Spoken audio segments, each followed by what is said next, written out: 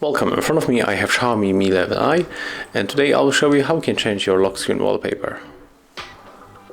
So at the first you have to go for the settings on your smartphone, then go for the wallpaper,